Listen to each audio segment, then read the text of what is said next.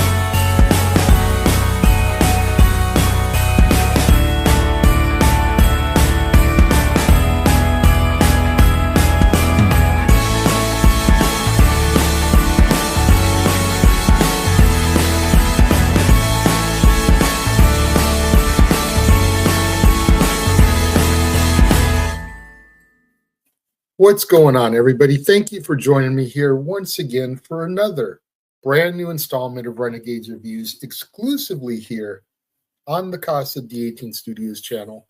I, of course, am your host, the Renegade J.J. Williams, thanking you for coming back and joining me here in the theater. And again, if you missed yesterday's review, the theater looks a little bit different. As Johnny Mathis once said, it's beginning to look a lot like Christmas. Thankfully, there's no shortage of Christmas movies every year, thanks to Netflix and the Lifetime and Hallmark channels. So I kind of figured, as sort of a soft reopening for Renegades Reviews, I would take the time to review some Christmas movies. And for most of them, they're available on Netflix, as a lot of the ones I'm going to be discussing were Netflix original films. There's a couple that are free on Amazon Prime. There's Fandango at Home, which used to be Vudu, and might even get to sneak in a theatrical film that was released this year, if the funds permit. Enough about all that, though. Let's get started. Today's film is another Netflix original that was released this year. Directed by Jerry Cinciorati, hope I pronounced that right, and written by Russell Hainline. Hot Frosty stars Lacey Chabert, Dustin Milligan, Katie Mixon-Greer, Lauren Hawley, Chriselle Staus, Joe Trujillo, and Chris Robinson. And it was released on November 13th to the subscribers of the Netflix platform.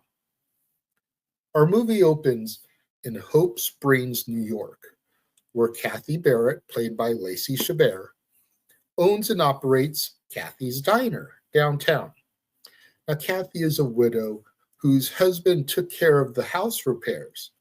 And at this point, her heat is out, there's a leaky roof, and a step on her staircase that all need replacing. Kathy arrives at work one day, and she sees that there's a snow sculpture competition in town. Kathy brings lunch to her friends Theo and Mel, played by Dan Lett and Sherry Miller respectively, who operate the nearby second-hand clothing shop called Reclaimed Rags.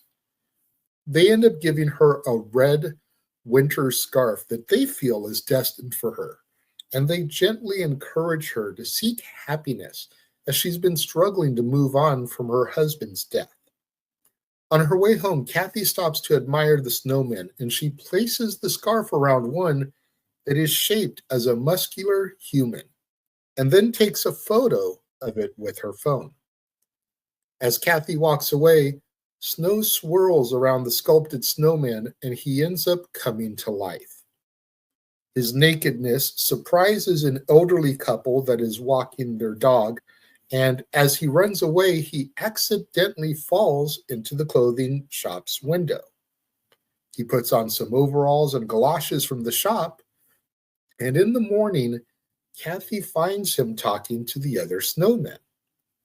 The overalls are marked with the name Jack, so she assumes that that is his name.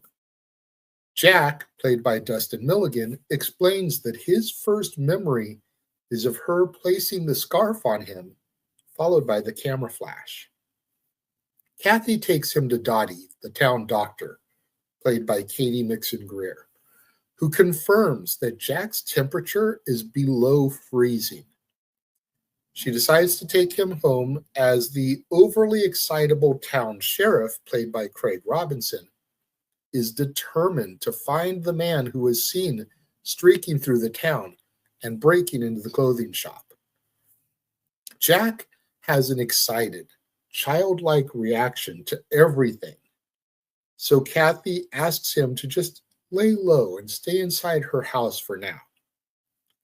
In the evening, when Kathy arrives home, Jack surprises her with homemade pizza, which he learned how to make by watching cooking shows on television. He asks her about her husband, Paul, who she explains died of cancer. Kathy says that the house is in disrepair because he had been a handyman. They then see a commercial about Hawaii on television, and Jack is interested in going there.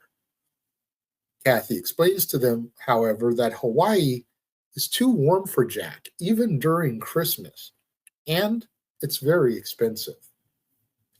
Jack constantly is telling Kathy that he loves her and hugging her, both of which make her very uncomfortable. The next morning, Jack decides to fix the leaky roof after watching a DIY program on television. Kathy's older neighbor, distracted at the sight of a muscular man on the roof, crashes her car into a snowbank. Concerned, Jack pushes her car out of the snow, after which she convinces him to install a light fixture in her house. There, she has a group of her friends over to watch Jack as he makes the repairs.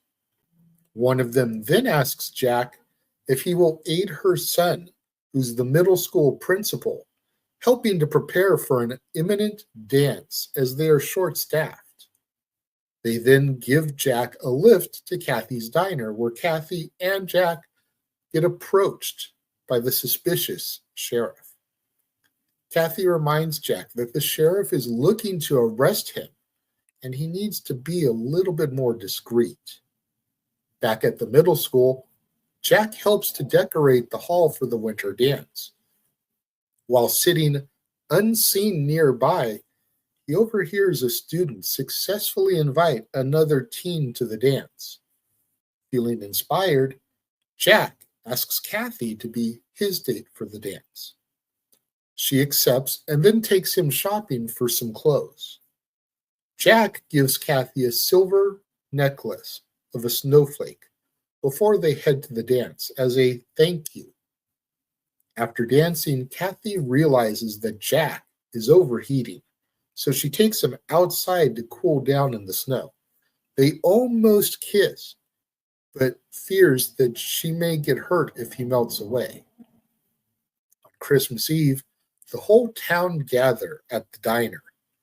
Kathy and Jack are serving eggnog, and her speech gets interrupted by the sheriff, who proceeds to arrest Jack, much to everyone's disapproval.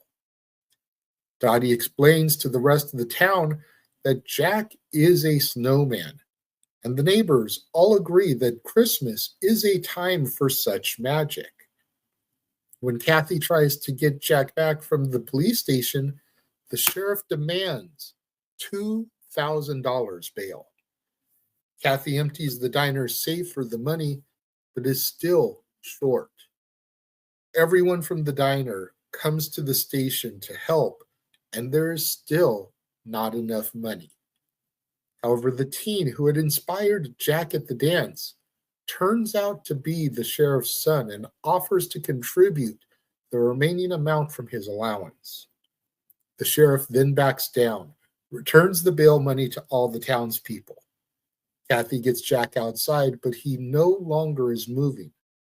Assuming he is dead, she kisses him and then takes the red scarf and starts to leave with the rest of the townsfolk. Jack comes back to life and starts shivering and functioning like a real human. At this point, Kathy and Jack finally kiss. They continue to live together. Kathy and Jack exchange presents. He gives her a home repair book, and she is able to fix the heater on her own. Kathy, in turn, gets them plane tickets to Hawaii, and they head off to the tropical island as our movie comes to its close. And like I said yesterday when we discussed Meet Me Next Christmas, Christmas movies come down to one simple thing. Was I entertained? Think about it, man. The plots of these movies are often void of depth because they want you to believe in the impossible, believe in the Christmas spirit and the Christmas miracle, which I do. This one most definitely wants you to believe in that type of magic. The fact that Jack came to life, much like the titular Frosty the Snowman did all of those years ago. There are, of course, rare cases where a Christmas movie script does possess depth. When you find one of those, then you have found a true gem. Much like Meet Me Next Christmas, this film does not possess that kind of depth. But again, it doesn't prevent it from being an enjoyable film. I thought there was a solid chemistry between Jack and Kathy, much like there was between Layla and Teddy yesterday. You root for them. Jack was so naive, you couldn't help but root for him, much in the same way that you don't entirely blame the Frankenstein monster when he first comes to life. In both cases, neither entity asked for the gift of life. And in both cases, neither entity really knows or understands what is happening. When it comes to my rating for this film, I give it a solid 3.5 out of 5 stars. What do you guys think of Hot Frosty? Have you seen it yet? If not, what are you waiting for? It's free to watch on Netflix. Watch it. Let me know your thoughts. Leave them in the comments below, and let's have that conversation, that discussion, that debate, that discourse that I'm always trying to engage you, my loyal viewers, in. Until next time, when we convene again here in the theater for another brand new episode of Renegades Reviews, exclusively here on the Casa D18 Studios YouTube channel. I have been your host, the Renegade J.J. Williams, thanking you for tuning in, and I will catch you all next time.